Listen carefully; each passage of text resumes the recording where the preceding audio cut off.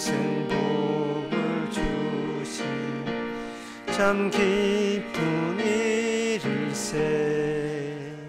이 어두운 세상 지나서 저 천성 가도록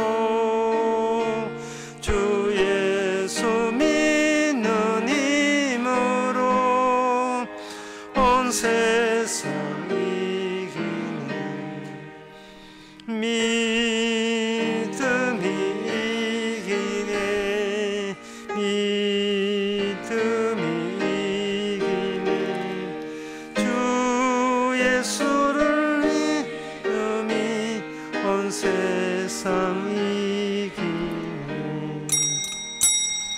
다 같이 묵도하심으로 낮 예배를 함께 드리겠습니다.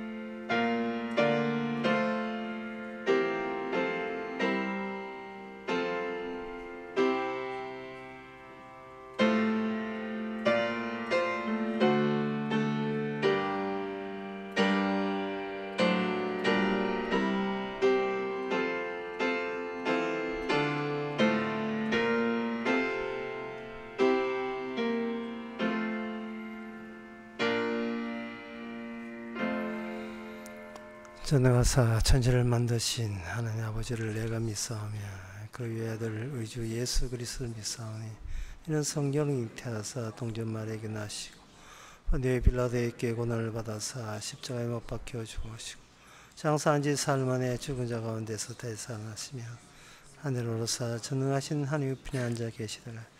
이르러서 산자와 죽은 자를 심판하러 오시라.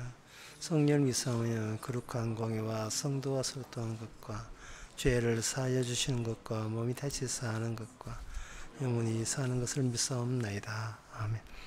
여호와여 영광을 우리에게 돌리지 마옵소서. 우리에게 돌리지 마옵소서. 오직 주의 인자하심과 진실하심을 인하여 주의 이름에 돌리소서. 하나님 아버지, 우리의 평생의 생활 태도가 남들부터 인정받고자 하는 데 있지 않습니까?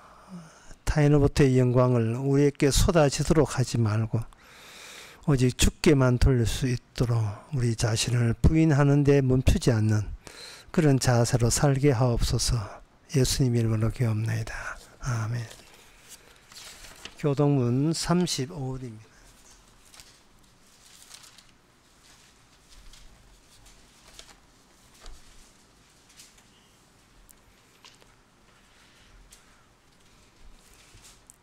광야와 메마른 땅에 기뻐하며 무성하게 피어 기쁜 노래로 즐거워하며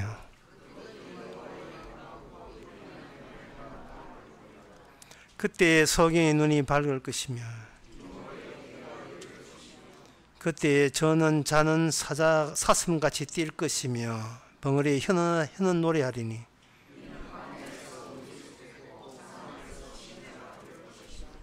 거기 대로가 있어 거기를 거룩한 길이라 부르리니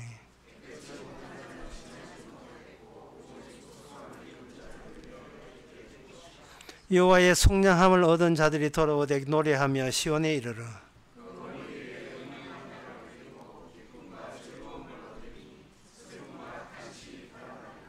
아멘. 자리에 앉아서 찬송가 16장 합시다.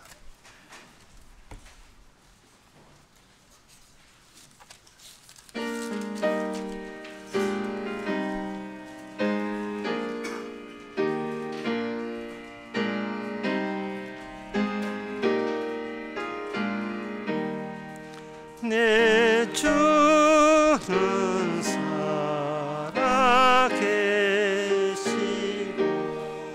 날 위해 피심을 그 주신 사랑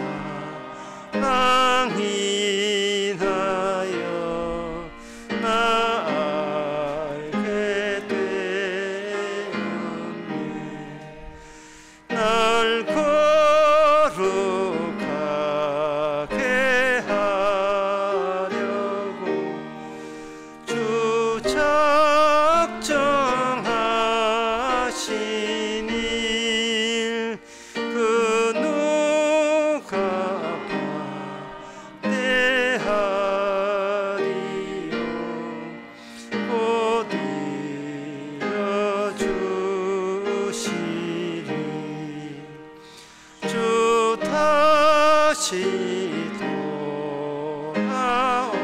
돌아오실 때 나한다 하시고 또 나를 받아주실 줄 나 확신합니다. 내 안에 주님 계시고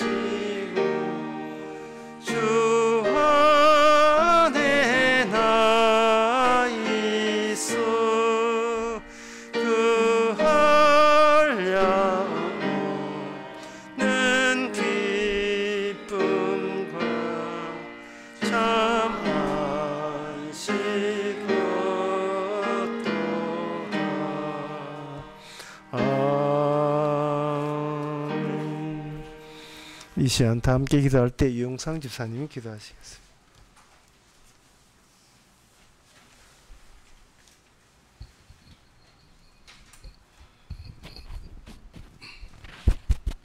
기도드리겠습니다. 참 감사하신 아버지 하나님, 주의 은혜 감사를 드립니다. 오늘도 부족함이 많은 저희들을 주께서 불쌍히 여기셔서 이렇게 한자리에 모여서 예배드리게 해주심을 감사를 드립니다. 사람이 하는 말이나 사람이 하는 어떤 행동 때문에 어떤 사건이 일어나는 것이 아니라 오직 주께서 완성하신 그 말씀 때문에 모든 것이 이루어짐을 알게 하심을 주의 은혜 감사를 드립니다. 주께서 가라면 가고 오라면 오는 그 말씀에 언제나 귀를 기울일 수 있게 도와주시옵시고, 전쟁터에 나갈 때는 무기를 가지고 가는 것이 마땅하지만 기드온은 항아리와 횃불과 나팔을 가지고 나갔습니다. 이것이 주께서 시키신 일이었습니다. 사람은 도저히 이해할 수 없는 일이었지만은 이 시키신 이 하나님을 믿어지게 하시는 그 하나님 은혜에 감사를 드립니다. 사람은 아무리 겸손한 행동을 하여도 교만하며 예수님만이 겸손하기에 우리들은 말씀 안에서 벗어날 수 없음을 알게 하심을 감사를 드립니다. 오늘도 목사님을 통해 전하실 생명의 말씀을 듣고 저희들이 듣고 은혜 받는 시간이 될 수 있게 도와주실 줄 믿사옵고 예수님 이름으로 기도드립니다.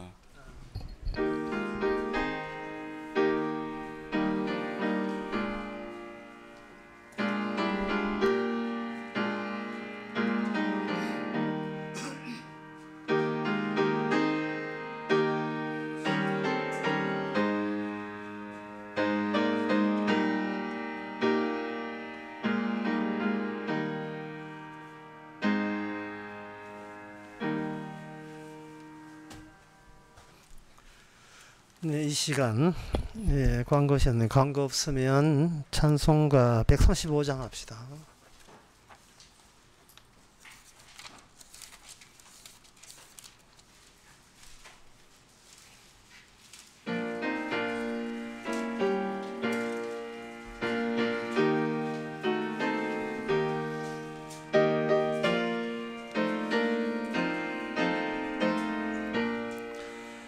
갈보리 산 위에 십자가 서셔니 주가 고난을 당한 표라. 험한 십자가를 내가 사랑함은 주가 보혈을 흘리밀세 최후 승리를 얻기까지 주의 십자가 사랑하리. 빛나며 멸류관 받기까지 험한 십자가 붙들겠네. 멸시함을 받은 주의 십자가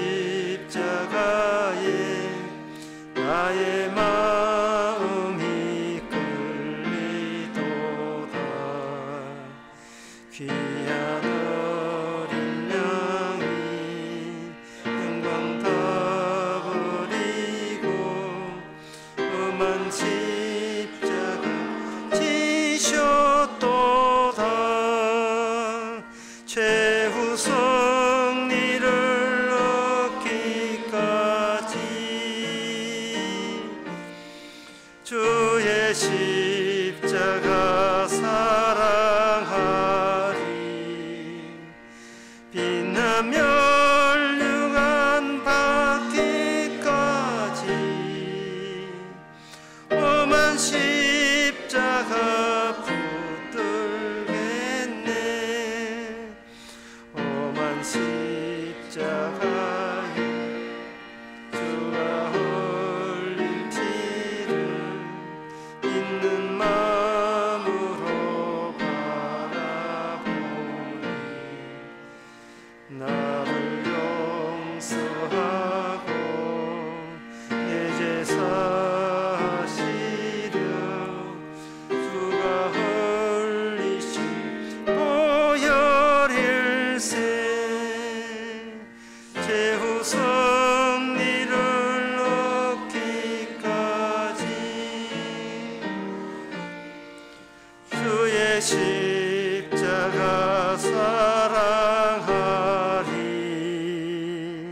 빛나며 멸류관 받기까지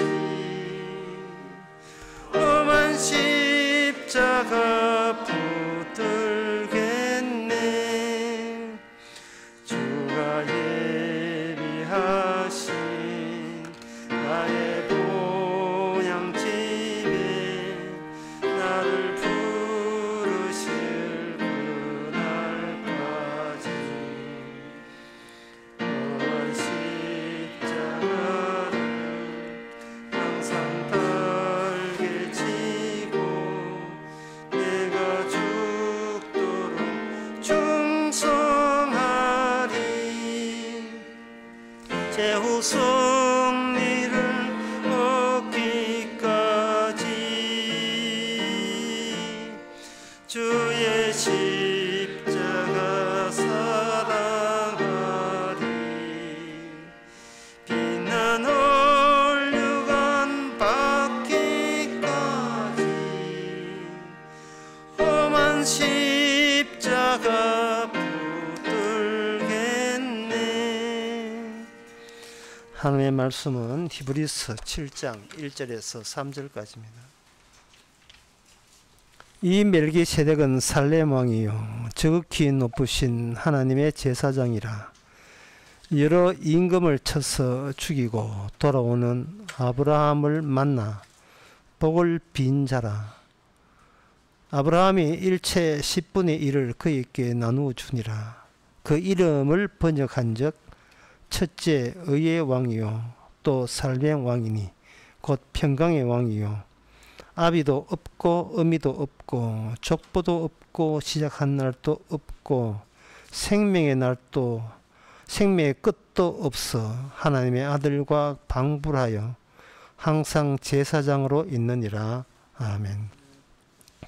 아브라함은 실제로 있었던 사람입니다. 실제 있었던 사람이 여러 왕과 임금과 전쟁해서 이기고 돌아오는데 어떤 분을 만나게 돼요. 아브라함 보기에 자기가 실제로 있고 어떤 아브라함이 만났던 사람도 실제로 있고 실제로 있는 사람에게 아브라함이 자기의 전리품 10분의 1을 그에게 나누어 주었습니다. 그런데 그 10분의 1을 받는 그 사람이 어떤 사람이냐 하면은 3절에 보면 아비도 없고 엄미도 없고 족보도 없고 시작한 날도 없고 생명의 끝도 없는 사람이에요. 사람이 종류가 갑자기 여기서 아브라함 전쟁을 통해서 두 종류의 사람이 있다는 것이 역사의 현장에 나타났습니다. 한쪽 사람은 아비도 있고 어미도 있고 족보도 있고 다 있는 거예요. 그런데 아브라함이 만났던 사람은 아비도 없고 어미도 없고 족보도 없고 시작한 날도 없고 끝도 없는 그 사람입니다. 한쪽은 족보가 있는데 한쪽은 족보 없는 족보도 없는 분을 만났다 이 말이죠. 그럴 때 아브라함의 행동을 보게 되면 이번에 전쟁의 승리는 저한테 있는 것이 아니고 바로 당신에게 있습니다 하고 10분의 1을 그에게 바쳤습니다.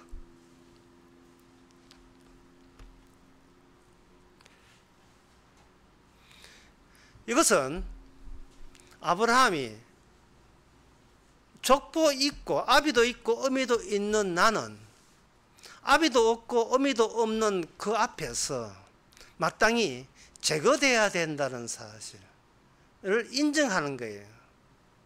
그래서 아브라함은 그분 앞에서 멜기세덱 그분 앞에서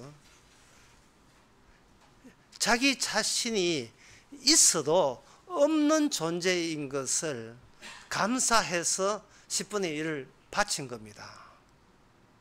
이것은 나는 여기 있지만 있는 것은 이거는 가짜고 진짜 나는 없어야 마땅하다는 것을 그분 앞에서 고백한 셈이 됩니다. 인간의 모든 고민과 걱정은 내가 여기 있다는 것 때문에 발생되는 거죠. 장래에 대한 계획, 기대감, 지금까지 자기가 구축해온 인생살이, 그 모든 것은 계속해서 도중에 없음으로 사라지지 않고 계속 있어왔고 또 있어왔고 또 있어왔다는 있음의 이 굴레, 있음의 굴레에서 자기가 자기를 제거할 수 있는 방법이 없는 거예요. 지금 추석 전날 되게 되면 이게 동대역이나 이 사람들이 붐비는데 뭐 하느냐 하면은 바로 벌초를 하는 거예요. 무덤이 있는데 이 무덤이 있다 이 말이죠. 그런데 그 무덤 속에 주인공은 없어요. 이미 죽은 사람이에요. 죽고 난 뒤에 무덤만 남기고 죽었잖아요. 근데 벌초가 뭐냐 하면 그 무덤에 대해서 풀이 자라나는 것을 추잡하다고 그걸 산뜻하게 깎아내는 작업이 벌초입니다. 그건 죽은 조상이 그걸 알 필요도 없고 알 리도 없지요. 살아있는 자기 후손들이 남들한테 욕 얻어먹기 싫은 거예요. 고향에 있는 그 어른들이 도저히 뒷산에 있는 그 묘 있잖아. 그 자식들이 찾아오지를 않네. 내가 가끔 가면 뭐 무덤에 풀이 자욱 해가지고 자기 소상을 버려놓은 모양이다. 내가 그 자손 잘 되는 거 한번 보자. 이렇게 험담되는 게 걱정이 돼가지고 깔끔하게 정리해서 고향한테 인정받는 후손 여기서 벌초를 하는 겁니다. 그런데 이게 벌초한다는 건 껍데기만 자꾸 깎아내는 거예요. 산 사람은 이발하잖아요. 살아있기 때문에 이발하는 거죠. 산 사람 모가지 따는 건 아니에요. 그 이발하는 거죠. 하나님께서 하시는 것은 벌초가 아니고 파묘예요. 무덤을 파내는 겁니다. 무덤을 파내면 거기 조상이 있었다는 흔적은 있지만 사실은 조상은 없지요. 없다는 것이 인간의 기본이고 인간의 출발점이고 토대라는 거지. 아비도 없고 어미도 없고, 아비라는 분도 돌아가시고 어미라는 분도 돌아가시고 그 아비 어미에서 태어난 본인도 이제는 없고, 시작한 날도 없고 끝나는 날도 없고, 도대체 없는 것밖에 없는 거, 없는 것밖에 없는 거. 이 세상은 바로 없음만 있은 세상이다. 없다는 것만 있는 세상이 이 세상이 땅의 세계예요. 인생은 안개 같아서 아침 되면 예, 뿌여 보이는데 나중에 아침 해 떠오면 없어요. 없어야 돼요. 없는 게 우리의 팔자고 운명이고 마땅한 겁니다. 죽는 게 마땅해요. 죽는 게 마땅해요. 그런데 살아생전에서 죽을까 싶어서 아둥바둥 애를 쓰잖아요. 여러분 죽은 자한테 편지 받아본 적 있어요? 그것도 손편지를. 이미 죽은 분에게 손편지를 받아볼 수가 없다는 것은 이미 죽었기 때문에 편지 쓸 능력이 없다는 것이죠. 아브라함이 멜기세덱을 만났다는 말은 죽은 자로부터 편지 받는 거예요. 소식을 듣는 겁니다. 처음부터 다시 할게요. 아브라함이 그냥 승리하고 혼자 집에 돌아갔습니다. 이게 정상이에요. 이게 정상인데, 아브라함이 길에서 누굴 만났어요. 누굴 만난가? 아비도 없고 족보도 없고 시작한 날도 끝이 없는 날 만났어요. 유령인가? 유령은 아닌 것 같은데. 그런데 아브라함이 이런 사람도 있구나. 그냥 안녕히 계세요. 그냥 쳐쳐 지나가는 것이 아니고, 자기가 얼마 전에 했던 전쟁의 그 모든 수고와 예섬을 몽땅 만나게 되는 멜기세덱, 아비도 어비도 없는 사람에게 다 갖다 바칩니다. 이 말은 뭐냐? 연결해달라, 커넥트, 연결하고 싶다는 거예요. 연결되고자 하는 거예요. 자기가 아비 있고 엄이 있는 나를 포기하고, 아비 있고 아비 없는, 시작 나는 것도 끝 없는 그 존재와 어때 커넥션 연결되고 싶어 하는 거예요. 11조 방식으로 연결되고 싶어 하는 거예요.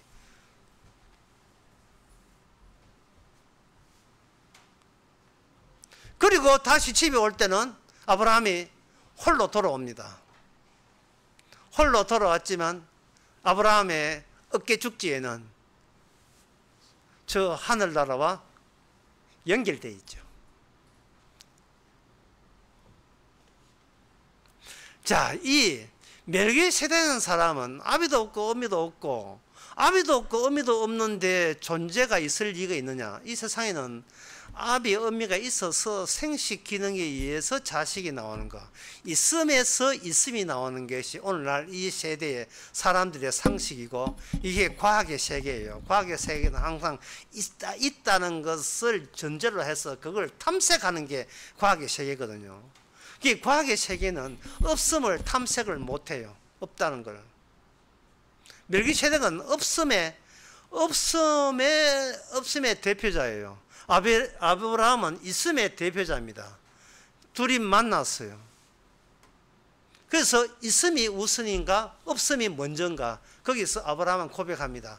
있음이 있음에서 나온 게 아니고 없음이 있음보다 먼저다라는 것을 고백하고 알려줍니다.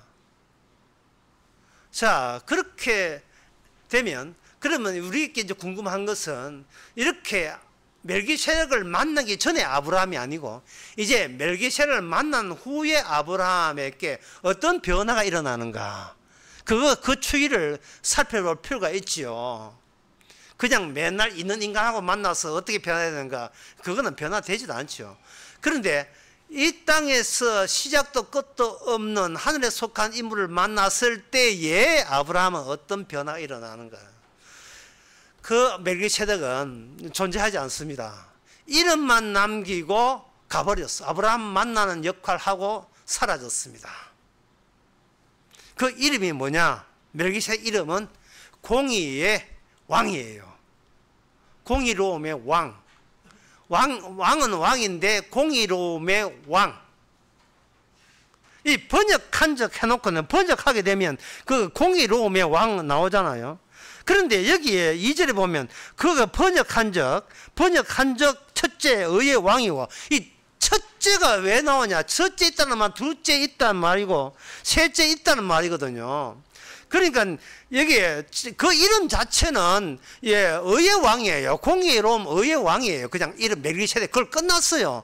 근데 뒤에 살렘 왕이요 평강의 왕이다. 둘째가 있고 그 둘째 더 나아 셋째가 있다는 말은 이 하나님께서 준비된 절차가 있다는 겁니다.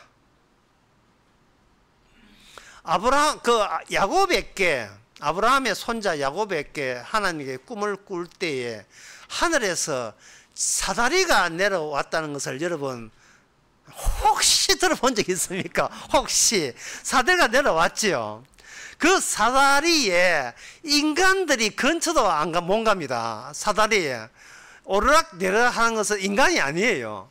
누구냐 하면 천군천사입니다. 천사들이에요. 저것들 혼자 바빠요.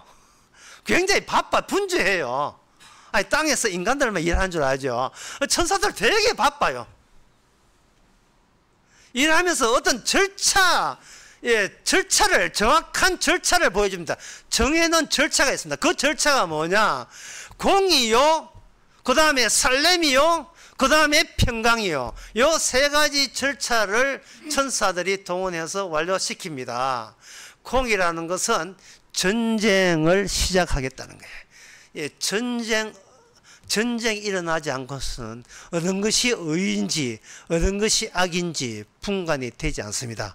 전쟁해서 승리한 쪽은 의요, 패배한 쪽은 악이 되는 그 작업을 이 전쟁을 하는 거예요. 그러면 이 전쟁을 할 때 전쟁에 누가 하느냐? 그 왕이 해요. 왕. 분명히 야곱의 사다리에서는 숫자가 많아요. 천군천사가 오락내락 한다고요. 그 마하나임이라는데 천군천사가 모임을 이게 하나님의 이름이 하나님의 군대라예요. 군대가 숫자가 한둘이 존재가 아니죠. 여러 존재가 있다는 말은 여러 존재를 부리면서 단 하나의 왕이 그들을 전쟁에다가 투입시켰다는 이야기입니다. 정리하면 하나님께서 지상을 향하여 공의로움, 의로움을 성취하기 위해서 사람은 빼고 천사들을 동원시켰고 그 천사를 부리는 그 대장 되시는 분은 두 분이 아니고 세 분도 아니고 딱 한 분이다 이 말이죠. 그 한 분을 지칭할 때 그걸 왕이라고 이야기합니다. 그래서 멜기세덱은 공의 왕이에요. 왕입니다. 왕인데 무기가 있어야 될 거 아닙니까? 전쟁하면 무기가 있어야 되잖아요. 그 무기가 뭐냐 하면 바로 성전이에요. 제사가 이루어지는 성전, 성막이 발전하면 성전 되잖아요. 성막은 이동용이고 성막이 드디어 한 장소에 정해져 버리면 성전이 되는 겁니다. 정해진 장소에 성전된데 그 자리가 살렘입니다. 예루살렘.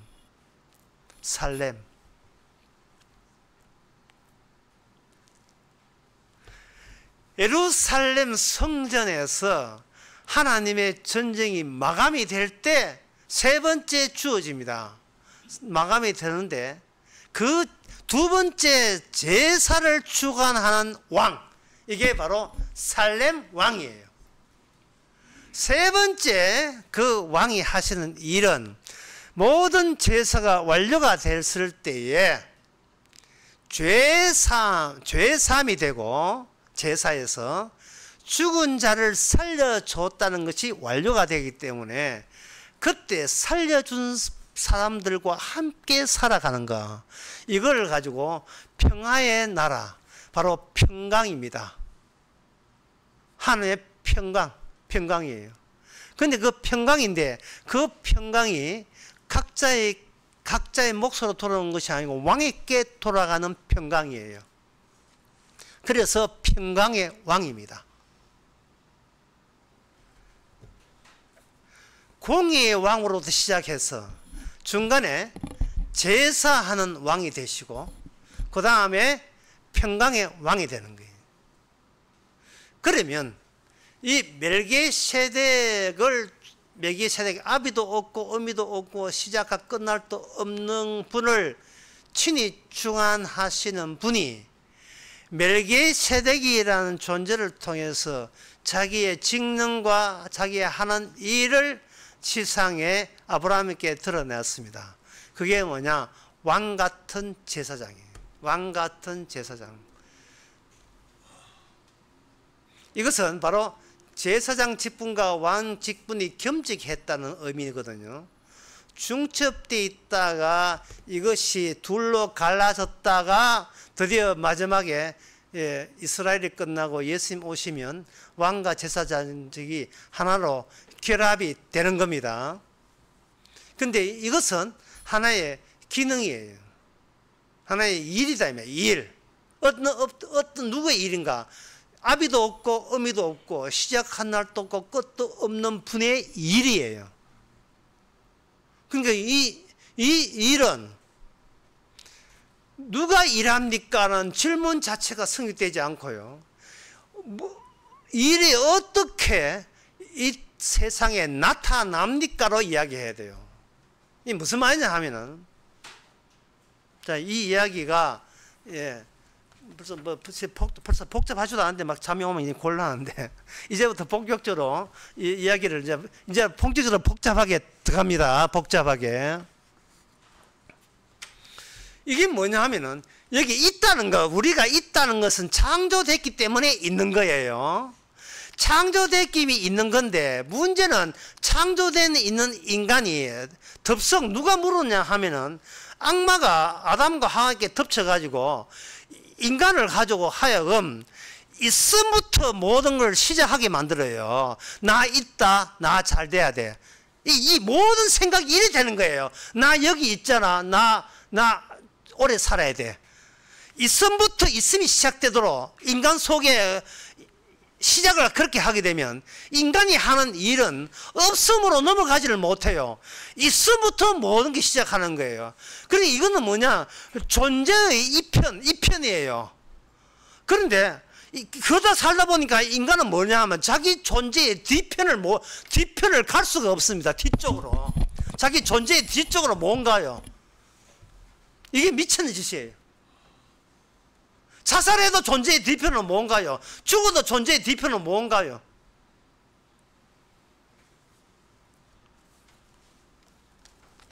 백날 교회 나와도 존재의 뒤편을 못 본다니까요. 우리 쪽에서 내가 여기 있기 때문에 그래요. 문제는 내가 여기 있다는 거예요. 여기 있는 내가 만약에 예수님 여기 계시다. 또 사도 바울 여기 있다. 예수님 믿습니다. 사도 바울 믿습니다. 하고 달려가면 있는 내가 있는 예수님 있는 사도 바울에게 달려가는 셈이 돼요. 그러면 예수님은 어떻게 하냐면 주춤주춤 물러가는 거예요. 예수님은 자기의 존재의 뒤편을 절대로 보이지 않습니다. 자기 눈에 보이는 예수님의 자기와 똑같이 있음을 발견하고 달려드는 그 인간들 향하여 주님께서 지춘전 물러가면서 결국 떠밀려서 돌아가시죠. 그 존재의 뒤편은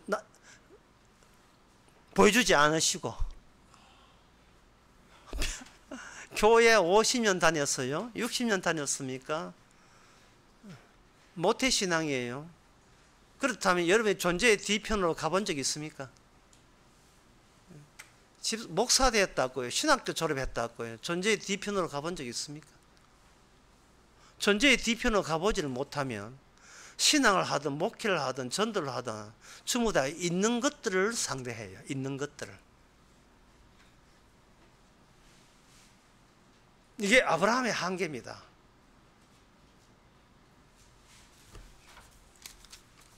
히브리서 1장 1절에 옛적의 선지자들로 여러 부분과 여러 모양으로 우리 조상에게 말씀하셨다. 인간의 이 있음의 세계에서는 그 실체가 없음의 실체가 그 인간 세계에 섞일 수가 없어요. 그러면 뭐냐? 기껏해야 약간의 부분, 약간의 흔적이 나타날 뿐이에요. 여러 부분으로, 여러 모양으로 나타날 뿐이에요. 그것을 가지고 히브리서 9장에서는 모형이라고 이야기해요. 모형. 있음 자체가 모형이에요. 없음, 모형은 모형일 뿐입니다. 실체가 아닙니다. 가짜예요. 모형은 어디까지나 가짜고, 내가 인간이라는 것이 이게 가짜 인간을 두고 이야기하는 거예요. 내가 인간이라, 나는 사람이라는 게 가짜예요. 주님께서 너는 흙이라고 이야기했어요. 우리는 안 믿습니다. 우리는 가짜라니까, 가짜. 우리의 존재의 뒤편을 우리는 들어갈 수가 없어요. 그 모형 중에 하나가 뭐냐 하면 지난 시간에 이야기했던 성막입니다. 성막이 새 공간으로 되어 있죠. 벌써 한 주 지났으니까 잊어버렸죠. 새 공간이 한 의미로 해서는 네 공간에 네 가지의 공간이 나와요. 어쨌든 그 세 개의 공간인데, 하나는 성막 바깥에 있고요. 그 소용없는 공간이고, 소용 있는 공간은 성막 안쪽이고요. 그럼 성막 전체가 하나의 공간이 되죠. 성막 전체의 공간이 두 공간 나누어집니다. 나누게 하는 것이 휘장이라는 커튼으로 나누어져요. 커튼, 입구에서 커튼까지가 성소, 커튼 뒤에 있는 것이 지성소. 하나님께 의미 있고 하나님께 필요한 공간, 하나님 자신에게 필요한 공간, 하나님 자신에게, 인간에게 필요 없지만 하나님이 스스로 자기에게 필요해서 만든 공간이 성막이고, 성막은 둘로 쪼개져 있습니다. 거기서 성막 안에서, 거기서 하나의 절차, 하나의 경로를 보여주는데, 그 경로는 모형인 제사장이 모형인 성막 안에서 모형적인 경로를 보여줘요. 예. 장차 오실 하나님은 이렇게 해서 이렇게 들어간다는 것을 그 모형으로서 미리 보여준 세상이 바로 이스라엘 세계였습니다.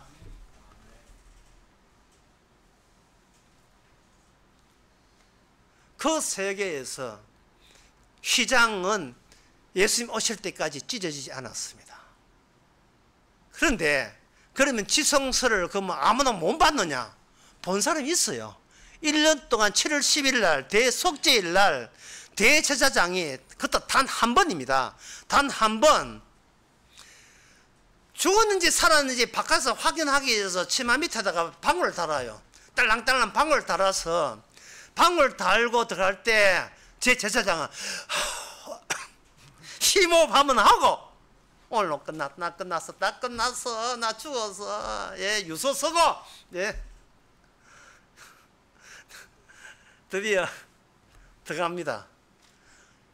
제사장 한 사람 제사장만에 들어간다는 것과, 그리고 아무도 못 들어가고 1년에 한 차례만 들어간다는 말은, 이거는 일반인들이 아비가 있고 어미가 있고 족보 있는 인간은 아무도 들어가지를 못한다는 거예요. 들어갈 수가 없어요. 저쪽 세계는, 지성 세계는 멜기세덱의 세계예요.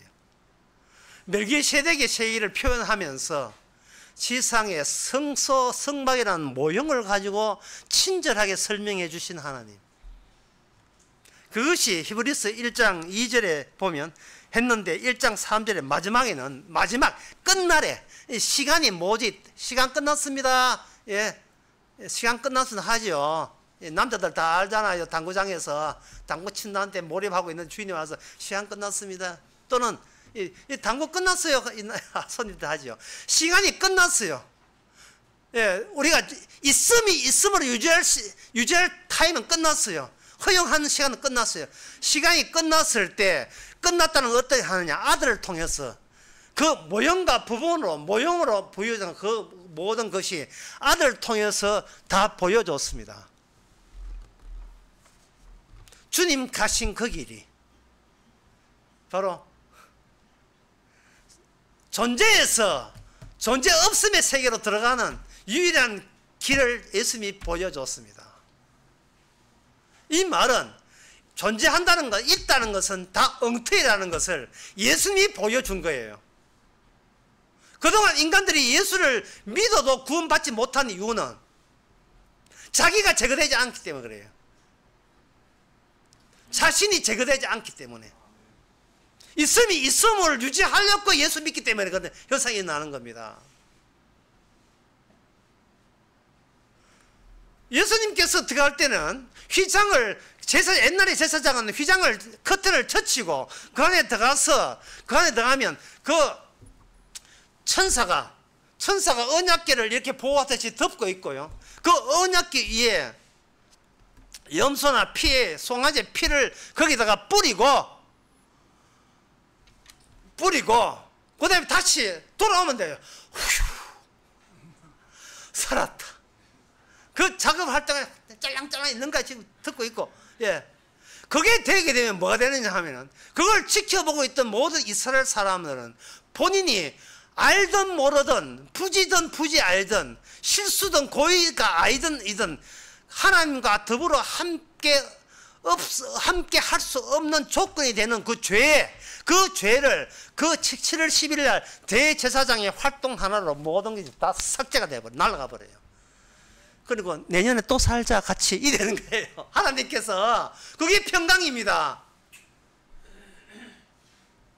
너 의롭다 해줄게. 왜? 죄가 날아갔으니까 의롭는 거예요. 그 중심의 기능이 뭐냐? 제사 기능이에요. 제사 기능. 그러면 그 예수님 들어갈 때는 어떻게 되느냐? 채치고 들어가는 게 아니고 이 휘장을 찢어버리니까 공간이 어떻게 돼요? 두 개 있는 공간이 하나로 통합이 되면서 들어갈 수 없는 영역의 지성소의 그 권능이, 그 저주의 권능이 이 휘장이 찢어져서 이 인간 세계 쪽으로 모조리 흘러 들어오기 시작하는 거예요. 존재의 뒤편은 저주의 힘이 있었던 겁니다. 모여 있었던 거예요. 댐처럼 저주가 있었던 공간이, 그게 바로 존재의 뒤편이에요. 우리 존재의 뒤편에는 우리를 한없이 저주하는 힘이 있었던 겁니다. 이걸 우리가 몰랐던 거예요. 그러니까 우리는 숨 쉬고 있으면 그래도 산 줄 알아요. 숨 쉬고 있는 게 저주라는 사실을 몰랐던 겁니다. 예. 죽기보다 못한 삶을 살아오고 있어요. 죽기보다 못한 삶을. 나중에 죽으면 저주받아요. 그러니까 저주의 힘에 의해서 우리가 살아오고 있는 겁니다. 그러니까 이 세상은 뭐냐? 불로 사질 세상이에요. 불탈 세상이에요. 이 세상이. 이거는 저주의 발언이죠. 저주의 인덕션. 벌건 불판. 오늘도 우리는 이 저주의 일상을 편하게 대합니다. 저주의 일상을 제가 잠시 소개해 드리겠습니다. 오늘 아침에 우리 동네 대백마트에서 광고지를 하나 줬습니다. 추석맞이 세일을 한다는 거예요. 자, 어떤 게 저주냐? 오양마 살찌는 480원, 아이스크림 바 10개에 4,900원, 살 10kg 26,800원, 촉촉한 우육 식빵 1,000원, 꿀까베기 1,100원, 신라면 5개 2,980원, 진라면 5개 2,800원. 추석달에 11시에 오픈합니다. 애들이 광고 다 했어요. 세상에 이걸 보고 이게 바로 저주의 권능이라는 것을 누가 알겠습니까? 그런데 그 광고지에 재밌는 게 있어요. 저 혼자 재밌습니다만, 그 사진 그림 뒤에 가격표가 붙어 있어요. 오양맛살 2,480원. 이 말은 뭐냐? 오양맛살이 먹고 싶지요? 2,480원 없으면 못 삽니다는 뜻이거든요. 저주의 세계에서는 돈의 세계예요. 돈만 살아있는 세계예요. 말씀이 살아있는 세계가 아니고, 저 말씀 많은데 좀 주세요. 오양맛살 안 줍니다. 돈이 있어야 살 수 있고, 그래야 우리가 살 수 있는데요. 이 세상이 저주의 인덕션 위에, 불판 위에, 이 세상에 마귀가 우리에게 추동질을 한 것은 어쨌든 살아야 된다는 겁니다. 우리에게 심어준 우리의 본성은 살아야 된다는 거예요.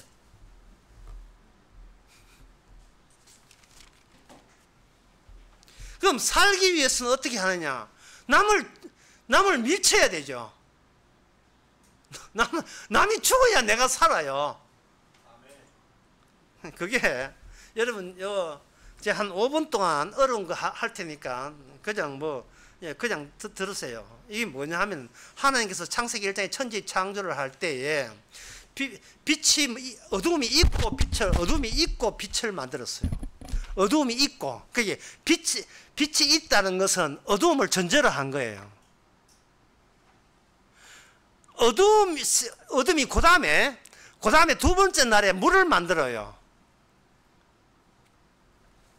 물을 만들어서 물이 하늘과 땅을 구분하대. 그 물이 하늘과 땅은 땅이 있어서 구분되는 게 아니고 물로 통해서 구분돼요. 위에 있는 물과 아래에 있는 물로 두 번째 돼요. 자, 이게 왜 어려우냐 하면은 빛의 의미는 빛이 없을 때는 어둠이 의미가 없어요. 그러나 두 번째가 생기면 빛이 생기면 그래서 어두움이 소급해서 어두움이 발생된다는 점이 어려워요. 소급해서 요 의미가 어렵다고요. 소급해서 인간이 있고 난 뒤에 인간이 없다가 비로소 의미 있게 다가오는 거예요. 근데 세 번째 날이 땅이 생기는데 땅을 만들 때 물에서 만들어요. 물에서 만드는데 한쪽은 물밖에 없는데 물에서 묻이 드러나면서 땅이 되고 그 다음에 한쪽은 바다가 되는 겁니다. 그러니까 이 바다라는 것은 땅이 없으면 바다의 의미가 없어요. 아래가 없으면 위의 의미가 없고요. 어둠이 없으면 빛의 의미가 없고 빛이 없으면 위아래도 없고 바다와 땅도 없어요. 지금까지 그 다음에 셋째 날에 식물이 나오거든요. 지금까지 사람은 없습니다. 6일 5일째까지 6일 마지막 올 때까지는 사람이라는 게 없어요. 사람이라는 게 의미 있기 위해서는 앞에 있는 것들이 있어야 되는, 앞에 있는 것들이 순서 맞춰서 사람이 등장해야 돼요. 자, 이게 어떤 뜻을 갖고 있느냐 하면은 그냥 어려운 거 계속 어렵게 합시다. 열왕기상 8장 12절에 그 8장 12절에 솔로몬이 성전을 지으면서 이런 이야기 하고 있어요. 그때 솔로몬이 가로되 여호와께서 캄캄한 데 계시겠다 말씀하셨사오나 내가 참으로 주를 위하여 계실 전을 건축하였다. 여기에 보면 캄캄한 데가 나와요. 하나님께서 캄캄한 데 계시다. 캄캄함은 모든 존재가 있어도 안 보이는 곳이에요. 인식되지 않는 곳입니다. 깜깜한 데. 깜깜만 있지. 거기 누가 개체적으로 뭐가 개체가 있다는 게 안 나타나요. 깜깜한 데 있는 거예요. 그 말은 뭐냐? 현재 인간들이 사는 곳은 환히 밝은 곳이라는 거예요. 밝은 곳이다. 인간의 밝은 곳이라고 생각하니까 인간들은 밝은 곳에서 밝은 곳으로 밝은 곳에서 밝은 곳으로 밝은 것을 살자, 밝은 나를 살자 이렇게 되는 겁니다. 그런데 이게 창세기 1장에 보게 되면 그래서 이제 성전을 이제 어두운 곳에 계시는 하나님을 모시기 위해서 밝은 성전을 만든다 하는데 그래가지고 성전 완성되는 게 아니에요. 성전이 제대로 되려면 그 어두운 것이 밝은 곳을 완전히 어둡게 정복을 하고 다 저주를 해줘야 성전이 성전답게 되는 겁니다. 지성소에 있던 그 저주가 치장이 찢어지면서 이쪽으로 다 저주가 엄몰되고 다 여기 덮쳐져야 이게 성전다운 것이고 하나님의 멜기세덱다운 것이에요. 답단 말이죠. 그게 정당하다 이 말입니다.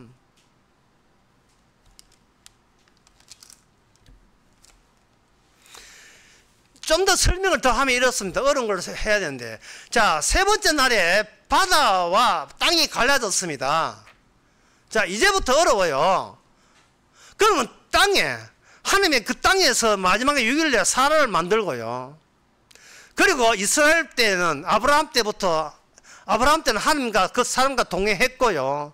아브라함께 약속의 땅에 가겠다고 약속을 했고요. 이스라엘에서는 드디어 신명기 12장에 보면 하나님의 이름이 계실 약속의 땅에 너희들을 데려가겠다고 약속을 했고, 드디어 여호수아에서 드디어 약속의 땅에 도착합니다. 그러면 약속은 어디 있는가? 셋째 날 만든 그 땅 위에 약속이 이루어지는 거예요. 그런데 그 뒤에 이스라엘이 이런 하나님의 약속을 버리고 약속이 없는 신, 그 우상이죠. 이방신을 섬기니까, 섬길 때에 하나님께서 어디를 동원시키냐 하면은 바로 바다에 있는 괴물을 땅에 있는 약속의 땅에 공격하도록 이렇게 하는 겁니다. 바다에는 약속이 없어요. 그래서 악마는, 짐승은 바다에서 기어 올라오는 거예요. 약속이 없는 비언약적 존재가 약속이 있는 땅에 있는 약속이 있는 존재를 공격하도록 하나님께 그렇게 하신 거예요. 평소에 여러분들이 이런 말씀에 대해서 관심이 없는 것은 지금 오양마틀 2480원 때문에 그런 거예요. 지금 이 땅에서 내가 밥 먹고 사는데 모든 정신 24시간을 거기다가 다 몰입해서 그래요. 37kg에 26,800원. 나 비싼지 평균도 모르겠어요. 바다는 그냥 해수하러 가지. 거기서 뭐 짐승은 안 나오죠. 해파리 나와요. 그냥 근데 성경 전체를 한번 보세요. 짐승이 바다에서 올라온다고요. 바다에 와서 뭐를 겨냥하는가? 제사를 공격해요. 제사를. 이번 겨울술에는 다니엘 합니다. 뭐 광고해도 오지도 않지만 하여튼 다니엘 합니다. 다니엘에 보게 되면 거기에 제사 제도를 노리고 특별히 노리고 등장하는 게 바로 첫째 짐승, 두 번째 짐승, 세 번째 짐승, 네 번째 짐승이고, 그 짐승에 진두지휘하는 왕이 있는데 그 왕을 뿔이라고 합니다. 뿔. 제가 요한계시록 17장 3절을 하면 제가 읽어 드릴 테니까, 여러분 후딱 이게 무슨 뜻인지를 알아맞혀 보세요. 성령으로 나를 데리고 광야에 가니라. 내가 보니 여자가 붉은 빛 짐승을 탔는데 그 짐승의 몸에 참나한 이름들이 있고 그 7머리와 10뿔이 있더라. 이게 무슨 뜻이죠? 10뿔이 있더라. 신라면 5개 2,980원. 얼마나 이해하기 쉽습니까? 전혀 이해하는데 부담 없지요. 그런데 7머리가 10뿔이 있더라. 이게 뭔 뜻이?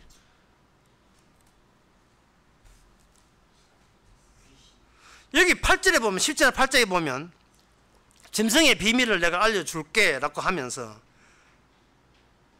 내가 본 짐승은 전에 있었다가 시방 없으나 장차 무지경으로 올라올 멸망으로 들어갈 자니 땅에 거하는 자들, 창세 후에 생명체 농명되지 못한 자들이 이전에 있었다가 시방 없으나 장차 나올 짐승을 보고 기이기더라. 이전에 있었는데 시방은 없으나 장차 나올 짐승, 하나의 절차를 갖고 있다는, 하나의 경로를 갖고 있다는 거예요. 10뿔은 열왕이니, 12절에 보면 10뿔은 열왕이니, 그 뿔이 도대체 어디에 서는 물건인가? 도대체 그 뿔은 그 이방인의 왕이죠. 그 왕들이 노리는 게 또 뭐냐? 또 뭘 노리는가? 그게 바로 구약 다니엘 보면 나와요. 그 노리는 것은 뭐냐? 제사 제도예요. 성전이에요. 예루살렘 성전을 노리고 있는 겁니다. 다니엘에. 안티오코스 4세라는 그 인물이 대해서 미리 다니엘에서 예언을 수차례 예언되어 있습니다. 다니엘 7장 19절 25절에 보게 되면 그 넷째 짐승의 진상은 알고자 하였더니 그 모든 짐승은 달라서 심히 무섭고 무더뜨리고 하는데 그 짐승이 나중에 쭉 지나가서 그 뿔이 나와서 뿔이 내서 하는 이야기가 다니엘 11장에 나옵니다. 11장이 뭐냐면 매일 드리는 제사를 폐하고, 제사를 폐하는 겁니다. 약속의 땅을 공격하고 그 약속의 땅에서 공격하는데 그 성전이 있잖아요. 그 성전을 금지하게 만듭니다. 제사를 금지하게 만들어요. 있음에서 없음으로 통하는 그 구멍을 악마가 노리고 있었던 거예요. 왜? 악마는 없는 존재이기 때문에. 현재 악마는 이 세상에 있는 존재는 인간밖에 없잖아요. 인간을 배후에서 조종합니다. 조종하면서 싸움을 붙이는, 인간끼리 싸움을 붙이는 짐승이 들어와서 자꾸 인간들 세계에, 인간들 문명을 짐승이라고 표현한 거예요. 마케토니아 이렇게 그 세 번째 짐승, 두 번째 짐승은 메데파사, 첫 번째 짐승은 느부갓네살 바벨론, 이렇게 그 나라가 전에는 없었는데 본격적으로 등장한, 전에는 없었는데 본격적으로 나타난 이유가 이스라엘 나라가 멸망했기 때문에 그래요. 하나님의 제사가 멸망하고 난 뒤에 비로소 제사의 의미가 소급해서 밝혀지게 되는 겁니다.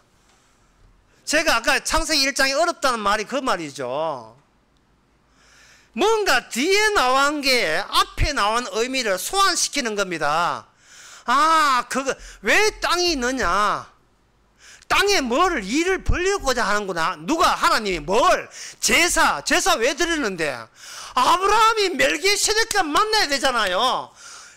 있음이 없음으로 가야 되잖아요. 있음이 없음으로.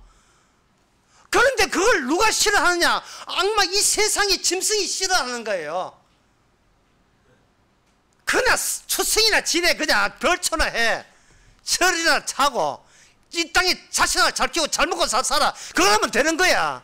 그게 인간의 존재의 의미야.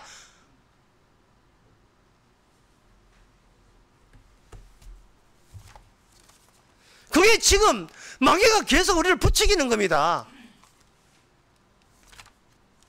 마태복음 6장, 여러분들도 이 말씀은 6방 21절의 말씀은 여러분 많이 들었을 건데 제가 보겠습니다. 네 보물이 있는 그곳에 네 마음도 있다 했어요. 네 보물이 있는 곳에.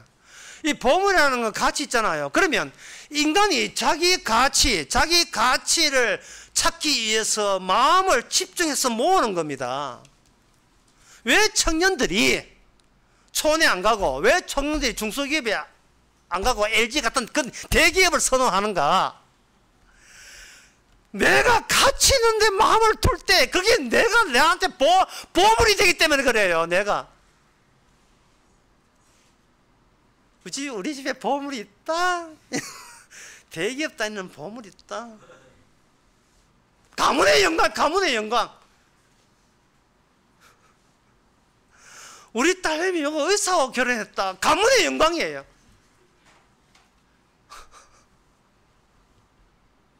있음의 가치예요. 있음의 가치. 내가 여기 있고 있음에도 출발한 거예요. 있음의 가치 때문에 우리는 죽기 살기로 예수가 노력하는 겁니다. 지난 금요일 우산 강의하면서 이제 저를 운전해 주시는, 울산역에서 운전해 주시는 그 군사님, 이건사님 했는데, 참 이건사님 그분 입에서 나온 한마디가 전부 다 복음 같아요. 저한테는 막 지금 나는 메모 준비합니다. 그분이 말씀하시기를, 말이 아니에요. 그분이 말씀하시기를, 내 둘째 아들은 힘든 것 하기 싫어서 공부를 했다는 겁니다. 힘든 것 하기 싫어서 공부를 했다. 이 세상의 모든 젊은 사람들이 한 이야기를, 힘든 것 하기 싫어서 공부했다. 10자로 줄인 거예요. 10자로. 강사 나와서 강의하고 뉴스에 나온 거 다 듣기 싫어요. 짧은 10자가 끝이에요. 힘든 것 하기 싫거든 공부해라.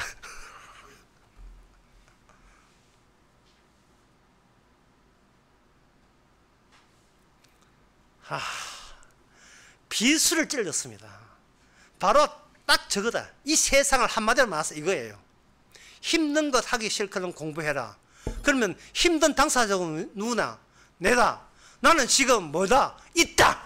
그러니까 있으면 내가 존재의 뒤편으로 갈 생각 안 하고 어쨌든 존재의 이쪽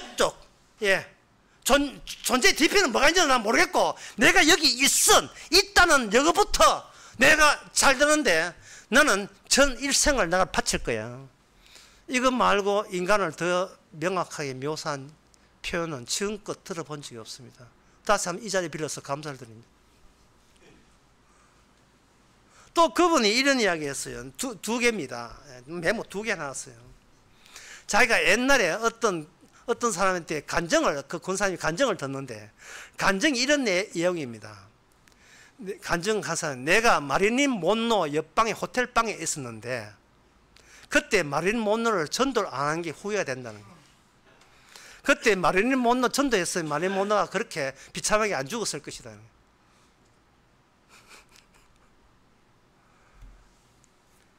생각해 보세요.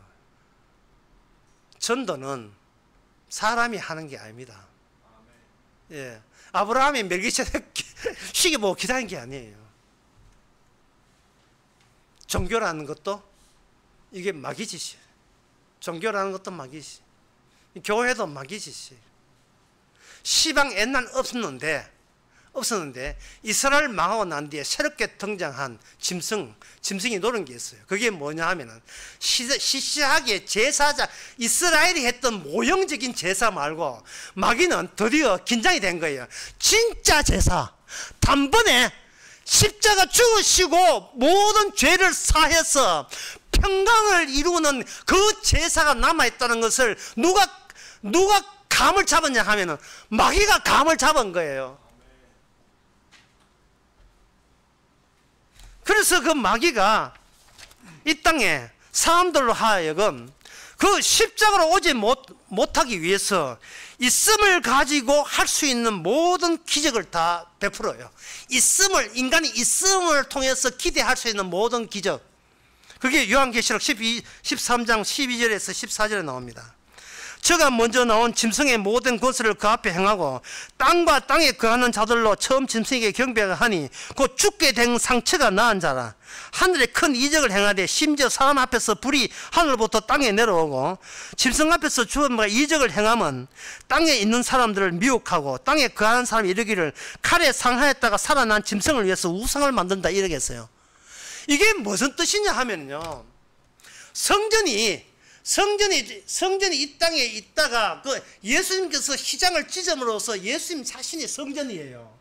그러면 예수님 자신이 땅에 계시다가 하늘로 올라가게 되면 하늘에 올라갔다는 그 절차에 의해서 그 전에 있었던 땅의 의미가 확립돼요. 뭐냐 하면은 땅은 이제 땅에 거하는 모든 인자는 이제는 불판이에요. 불의 대상이 되고 저주뿐이에요. 이 세상에 이 역사라는 게 불사람을 받기 위해서 있다 해서 베드로후서 3장에 보면 간증한 바 되었다. 불사르기 위해서.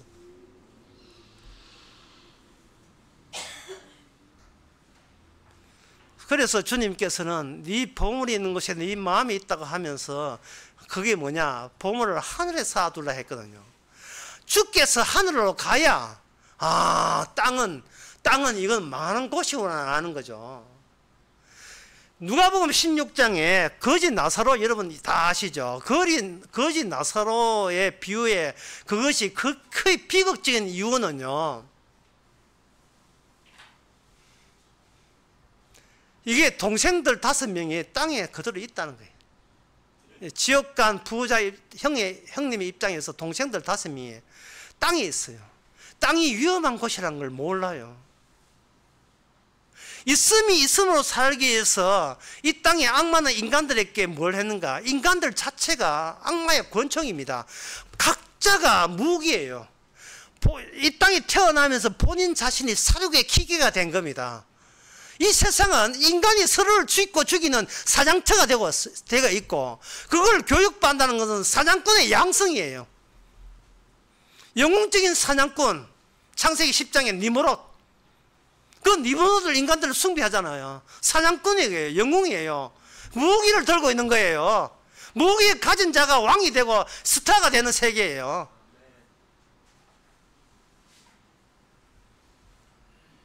그 무기, 강한 무기를 못 지어서 사람들은 환장을 하고 있는 거예요. 무기 지려면 공부를 해야 됩니다. 공부를 해야 돼요. 공부를 해야 무기다운 무기가 돼요. 실제 없이 조폭하다가는 나중에 왕따 당합니다. 선지자들의 예언서에 의하면 구약의 선지자, 구약의 이스라엘 망왕하는데 선지자에 등장하면서 이래 합니다. 그 어두움이 그 깜깜한 데 있던 지성소의 깜깜한 그것이 드디어 세상으로 저주가 덮일 것이다. 그게 이제 요엘 3장 같은 데 보면 이렇습니다. 요엘 3장 15절에 여호와의 날이 가까움이라 해와 달이 깜깜하며 별들이 그 빛을 거둔다.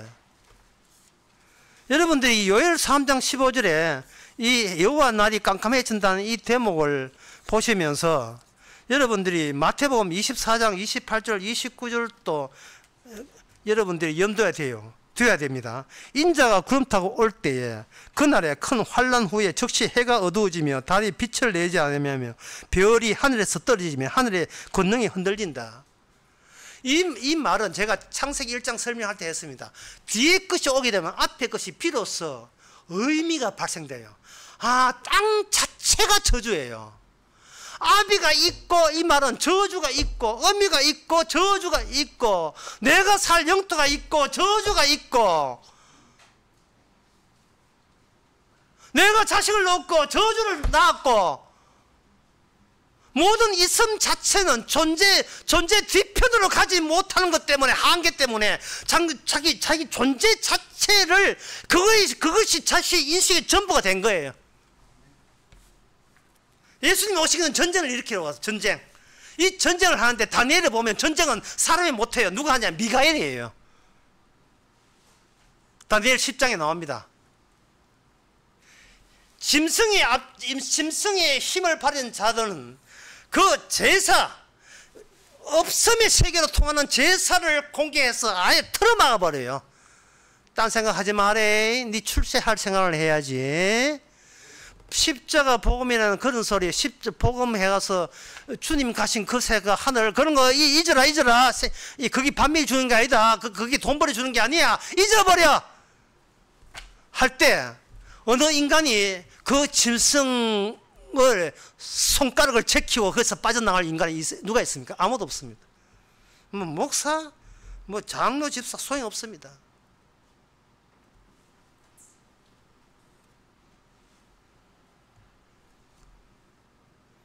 거지 나사로 살아있을 때 개 무시했습니다. 부자가 무시했어요. 부자의 집에 개도 무시했어요. 막 핥았어요. 아이고 인간아, 네 있음이 왜 그래? 네 있음 자체가 왜 그래? 있음, 나 있음 봐, 부자잖아. 근데 네 있음은 정말 무가치한 있음이잖아. 차라리 죽는 게 낫다. 이런 식으로 얼마나 놀리겠어요. 그러나 그들은 말씀과 율법과 선지자에 의하면 이 세상은 인덕션이에요. 벌건 인덕션, 벌건 불판이에요. 불판. 이 세상은.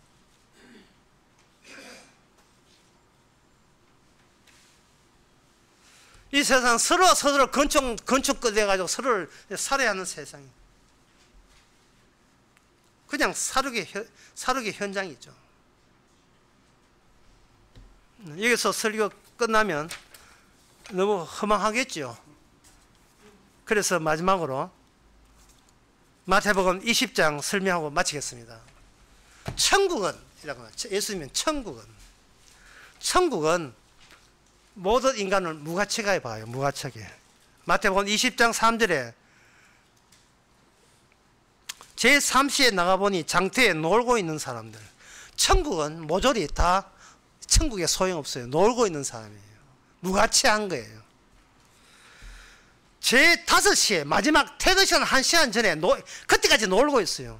놀고 있는 사람을 포동호에다가 들여보냈습니다. 놀고 있는 사람을 보내들었을 때에 그 놀고 있다는 거 아무 의미가 없어요. 놀고 있다 요새 말하면 백날 백살 살아도 의미가 없어요. 우리는 의미 없어요. 이 땅에. 예. 그래서 70년 사신 분들 벌써 아시잖아요. 예. 80까지 이해를 합니다. 70년 사신 분들 아무 의미 없어요.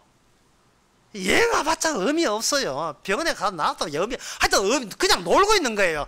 천국과 무관해 의미 없어요. 그냥 땅이 전부인 줄 알고 살고 있어요. 그런데 이 포도원이라는 이 천국에 의미 없는 인간을 들여서 일을 시킬 때에 그 사람이 얼마나 감격하겠습니까? 얼마나 감격하겠어요? 난 무가치한 인간으로 알았는데 주님께서 이렇게 찾아와서 나를 천국의 일을 시켜주다니 비로소 사는 게 이게 사는 겁니다.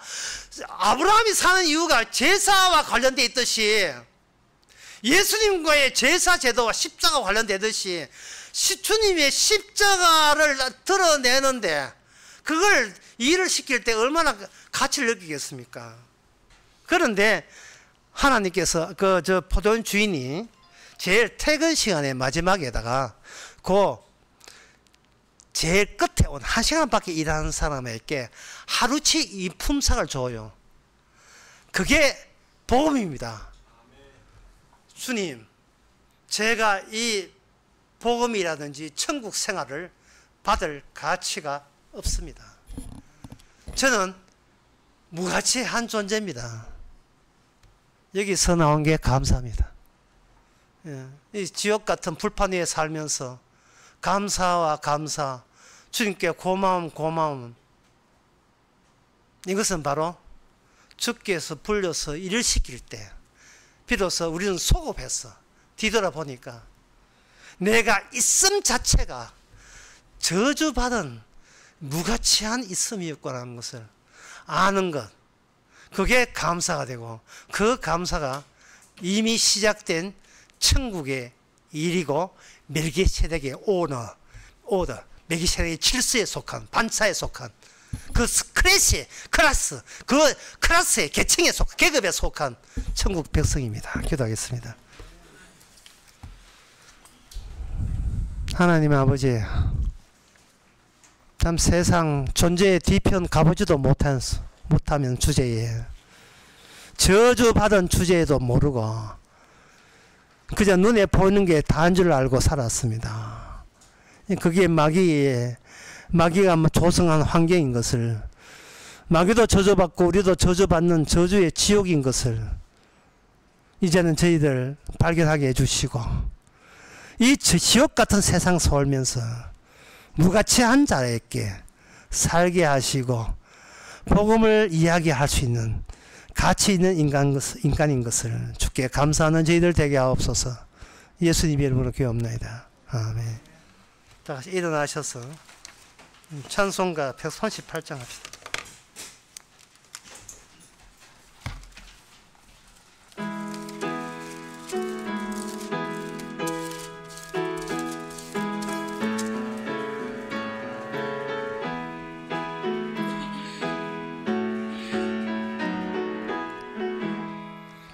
만왕의 왕 내 주께서 왜 고초 당했나, 이 벌레 같은 나 위에 그 보혈 흘렸네. 십자가 내가 처음 볼 때 나의 맘에 큰 고통 사라져. 오늘 믿고서 내 눈 발랐네. 참 내 기쁨 영원하도다. 주 십자가 못 박힘은 속죄함 아닌가. 그 긍휼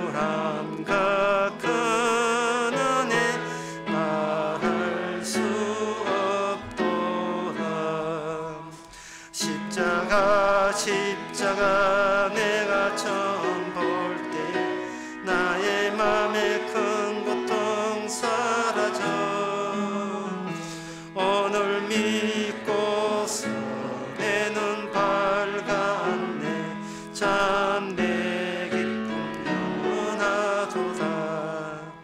너으로도 그 큰 은혜 다 갚을 수 없네. 나 주님께 몸 바쳐서 주의 일 힘쓰리. 십자가 내가 처음 볼 때 나의 맘에 큰 고통 사라져. 오늘 믿고서 내 눈 밝았네. 참 내 기쁨 영원하도다. 기도합시다. 지금은 우리 주 예수 그리스도의 은혜와 하나님의 거짓 사랑과 성령의 충만하심이 더는 세상 사람과 비교하지 않고 십자가만 생각하게 살기를 원하는 모든 성도에게 함께 계실지어다.